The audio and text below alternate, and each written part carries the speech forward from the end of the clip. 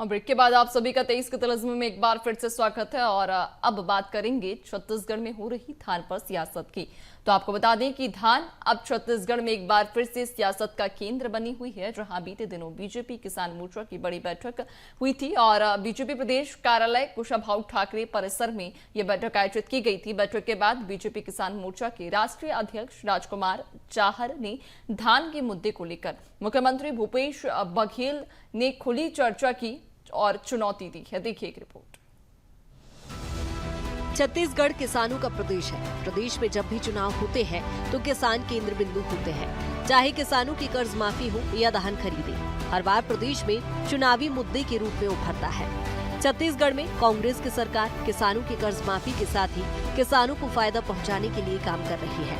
एक तरफ जहां बीजेपी धान खरीदी का श्रेय केंद्र सरकार को दे रही है, तो वहीं धान खरीदी के मुद्दे पर बीजेपी ने मुख्यमंत्री भूपेश बघेल को चर्चा के लिए खुली चुनौती भी दे दी है।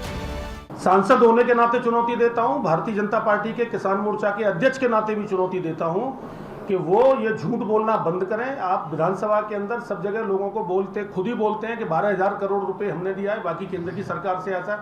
देश के अंदर ये व्यवस्था ही नहीं है कि कोई प्रदेश की सरकार समर्थन मूल्य पर कोई भी उपज देती हो। मैं चुनौती देता हूं, सामने बैठे और धान के मुद्दे पर चर्चा करें हमारे साथ। छत्तीसगढ़ की जनता को, छत्तीसगढ़ के किसानों को गुमराह करने का काम, उनके मन में भ्रम डालने का काम, फर्जी बातें करने का काम छत्तीसगढ़ के मुख्यमंत्री भूपेश बघेल जी कर रहे हैं। केंद्र की सरकार ने ही धान की खरीदारी की और मैं आपको विश्वास दिलाता हूं, एक एक दाने को खरीदने का काम केंद्र की सरकार करेगी। न्यूनतम समर्थन मूल्य पर कोई रोक नहीं सकता ना। छत्तीसगढ़ में धान का मुद्दा कोई नया मुद्दा नहीं है। हर बार चुनाव में धान एक बड़ा मुद्दा रहा है। इससे पहले जब प्रदेश में बीजेपी की सरकार रही, तब भी विपक्ष में रहते हुए कांग्रेस ने धान खरीदी का मुद्दा जोर शोर से उठाया था। कांग्रेस जब सरकार में आई, तब मुख्यमंत्री भूपेश बघेल ने सबसे पहला काम किसानों की कर्ज माफी का किया था। इसके साथ ही किसानों को आर्थिक लाभ पहुंचाने के लिए राजीव गांधी किसान न्याय योजना की भी शुरुआत की। वहीं कांग्रेस केंद्र सरकार पर चावल खरीदी के लिए व्यवधान डालने का आरोप लगाती रही है। वहीं बीजेपी की बहस की खुली चुनौती पर खुद मुख्यमंत्री भूपेश बघेल ने पलटवार किया है।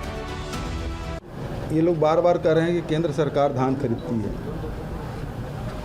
यदि केंद्र सरकार धान खरीदती है तो फिर डबल इंजन की सरकार में 15 कुंटल से 10 कुंटल क्यों किया गया?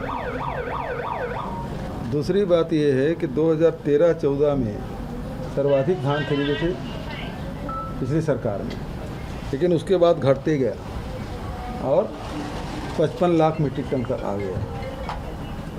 तो इसका मतलब ये है कि वो नहीं खरीदना चाहते थे। क्या कारण है? लगातार कम हुआ, 15 कुंटल से 10 कुंटल क्यों किया? अब तीसरी बात यह है कि जितने भी घाटा है वो राज्य सरकार उठाती है, चाहे वो भारतीय जनता पार्टी की सरकार हो चाहे कांग्रेस की सरकार, वो सारे घाटा राज्य सरकार, लोन राज्य सरकार लेती है, वो गारंटी देती है, तब लोन लेती है। तो ये गुमराह करने की लगातार कोशिश। मेरे तरफ से सवाल भारतीय जनता पार्टी से ये है कि अडानी को जो आयरन ओर का खदान एमडीओ के लिए दिया गया है, उसे निरस्त किया जाना चाहिए कि नहीं किया जाना चाहिए? जानकारी उनको नहीं है या तो जानबूझ कर झूठ बोल रहे हैं। दोनों में ये बहुत महारत हासिल है। ये अपना आँख में हाथ रख के बोले कि 80% जीते हैं, नहीं होगा तो आँख फूट जाए, ऐसा करके वो बताए, भगवान को साक्षी मान करके बोले। सियासत में चुनौती कोई नई बात नहीं है। इस बार धान के मुद्दे पर बीजेपी ने प्रदेश के मुखिया को खुले मंच में बहस करने की चुनौती दी है। हालांकि प्रदेश सरकार किसानों को फायदा पहुंचाने के लिए कई योजनाएं चला रही है, लेकिन सवाल हर बार यही खड़ा होता है कि आखिर धान की खरीदी कौन कर रहा है? क्या केंद्र सरकार धान की खरीदी कर रही है या फिर राज्य सरकार? अब देखना होगा कि बीजेपी की चुनौती को प्रदेश सरकार स्वीकार करती है या नहीं।